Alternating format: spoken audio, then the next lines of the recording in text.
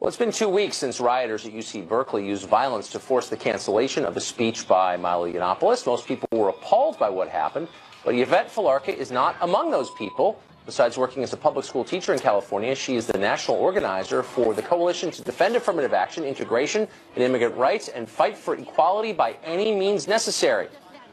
BAM is the acronym. Falarca is willing to integrate violence into her political agenda, as you can see from this clip of her disrupting a rally last summer in Sacramento. Are these people going to get off our street? We don't have to give a speech. Here you go, boy. Hey, save your shit, guys. Be nice. Come here now. Off our streets. Get the off our streets. We're not here to you. Sir, please. Just here to protest. Please, officer. Stand down. Get out. Get back. Falarca helped organize the Berkeley protests, and she says activists ought to copy his tactics for other speakers and events around the country. Yvette Falarca is with us now. Yvette, thanks all for joining us.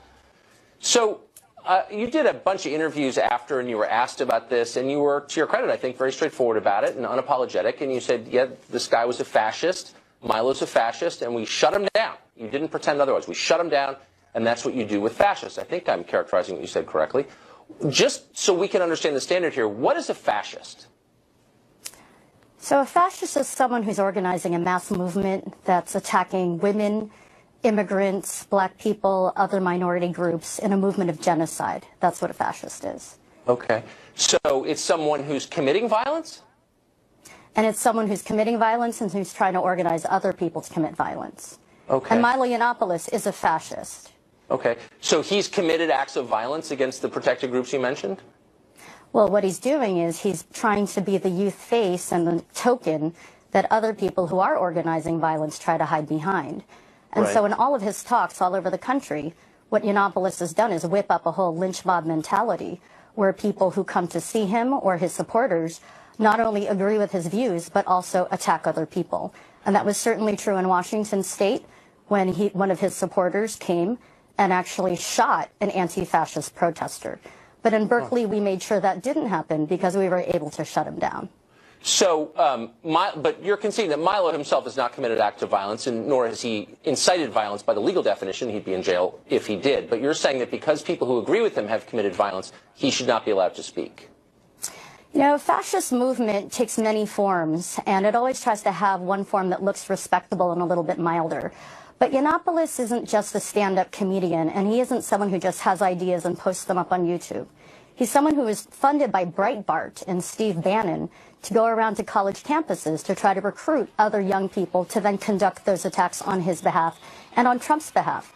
But I'm really, really glad to say that thousands of us were out there last week, or February 1st, and made sure that there were thousands of us to make sure that we defended our campus, this community, and especially the immigrant and Muslim students who were under attack and have been under attack by him and other fascists. Right, and by using violence, I mean, you don't shy away from that by any means necessary is the name of your group, and so it implies violence. So what should we do with fascists? I mean, if you think that someone is espousing genocide, what should we do with them? I mean, should that person be allowed to walk free? Should we put him in jail? Should we kill him? Should we exile him? I mean, it's a sincere question. If you're willing to use violence because you think someone is espousing genocide, what's the penalty for that? Well, first we've got to make sure we nip it in the bud, and we make sure that they're not allowed to recruit and act as if it's respectable to call for the mass murder of millions of people, in fact, millions who make up the majority of people in this nation at this point. Okay, and so they just can't to be hide clear, behind a there's platform of free Milo speech. Yiannopoulos, this is not a defense of him, just a factual point, has not ever said that, in public anyway, not that we have a record of. There's no evidence that he has called for the genocide of anybody, as you know, but you're saying by transference in some way, he inspires people who believe that, I guess. But you're not getting my question. Like, when you say nip in the bud, should he be allowed to go on the subway and talk to the guy next to him about perhaps joining his movement? Or should he be allowed to talk to people in restaurants? Or what should we do with the fascist who you believe is inspiring genocide? So first of all, the alt-right is a neo-fascist movement, and they're trying to hide behind some softer versions of their more open counterparts who identify themselves as Nazis.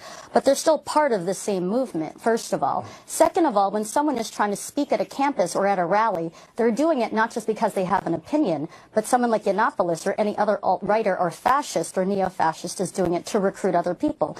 No, we don't let them recruit. And in fact, when you look back at the Holocaust and the lessons that we draw from that, we don't say, oh, well, at least we let them voice their opinion. We say never again. Okay, well, but so, again and is now, when especially we say that, after Trump. We elevate people like Dietrich Bonhoeffer or members of the plot against the leader of Nazi Germany to kill him. So, I mean, that was the response, of course, to the leader of that fascist movement. Most people think it was legitimate. Do you think, you're not answering my question, that people like Milo, who you've decided are fascists, should be allowed to speak in public? You said they weren't allowed to speak at Berkeley. He should not be allowed to speak in public to spread his racist and misogynistic and homophobic lies. No, he does not have the right to do that. What about when he's using his speech to whip up attacks on people? No, he doesn't have the right to do that. So and to spread lies about our humanity? No, he doesn't. Okay, so you're not allowed to say things that you think are untrue. Well, I mean, of course, in the case of Berkeley, no, that's not what I said. I didn't say you're not allowed to say things that are untrue. But if you're trying to spread racism and hostility, misogyny, rape, whip up people to lynch people, or to certainly have that mentality to rape people or to lynch them, absolutely not. And any decent human being, whether it was in a classroom or at a restaurant, if they heard someone doing that, would turn around and tell them, you need to stop talking. You are not welcome here. This is not a safe environment. You need to go. Well, that's what we did at UC Berkeley, and that was a good thing. Or set fires. So you're a middle school teacher, which may surprise some of our students, or rather some of our viewers, that you have students. The First Amendment was always kind of the cornerstone of American civic life, the idea that you have the right to say something that other people may vehemently disagree with, but you have that right. It's enshrined in the Bill of Rights. Do you teach that to your students? The First Amendment is about free speech, but that's not an abstraction. And if there was someone in my classroom who was espousing rape or genocide or attacks on Muslims, I would certainly make sure that I stood up for the rest of my students and told them they need to stop. And if they refused to, they would need to leave. Would you hit them? In fact, fascism isn't just about abstract. No, I'm not finished though yet. And I'm not finished yet. If there is a fascist in any situation that I was in, I would call for other people to take action too, but it's not just about the immediate moment. Right. It's also within the context of building a movement. But I don't want this to be abstract. There is a movement against Donald Trump You're getting abstract. and against fascism. I want to bring this back to the concrete, as you said, and rightly so. So if there was a student in your class who started espousing what you believe is fascism, and you said you need to leave, you need to be quiet, you need to leave, and he didn't leave, would you hit him as you hit that protester? Would you beat him up? No, of course not. But that's not what we're talking about here. We're talking about people who, you know what? In Sacramento, there were fascists who had knives tied at the ends of sticks, and they stabbed people, including Not the man that you hit. He looked kind of unarmed to me. Oh, yes, actually, they did. And it's funny to you, but it's actually not funny to the rest of us. And that's why we take this really seriously. I know that you take it seriously, and that's why I'm asking you a really simple question. But I am serious as a heart. I am serious as a heartbeat. Oh, I believe you. Oh, I believe that you're serious. And we're not talking about a classroom. We're talking about people who are trying to kill and murder people and who've already done it. And who are trying to create a hostile environment on these campuses in order to do that. No, that's not a safe environment for immigrant students. That's not a safe environment for women or Muslim students or trans students. And so, yeah, we have a right to defend ourselves and real free speech. Let's ask you one last question, if I may. So if you're standing, I just want to know, like, the protocol for anti-fascist activists like yourself. You're standing on a street corner, someone starts saying something you don't like, and you think, boy, that's an act of hostility, that person's a fascist. No, but you are misrepresenting the words that I've been saying. This isn't about not liking something. This isn't about Ben & Jerry's versus Stone Cold Pizza or something. This is about the lives of real people, immigrants who are under attack now, Muslims who are being massacred, and I'm women who are asking being you, raped. how deep is your commitment? So you're the one trivializing this, not me. I'm not in any way trivializing. And I ask you a sincere question. To what extent would you go to stop that person from spreading genocidal propaganda? I would call for people to counter-protest, to stand up, and to shut down any But what do you attempts mean to by shut fascistly down? recruit and Like, organize. what if I want to keep talking? I'm saying something that you find appalling, but you know what? I've got a First Amendment right. I'm an American. What would you do? So a bunch of people come and say, stop that. I say, no, I'm not going to stop that. I'm an American. What are you going to do next? You I'm know, just the asking. First Amendment, you want to talk about the First Amendment?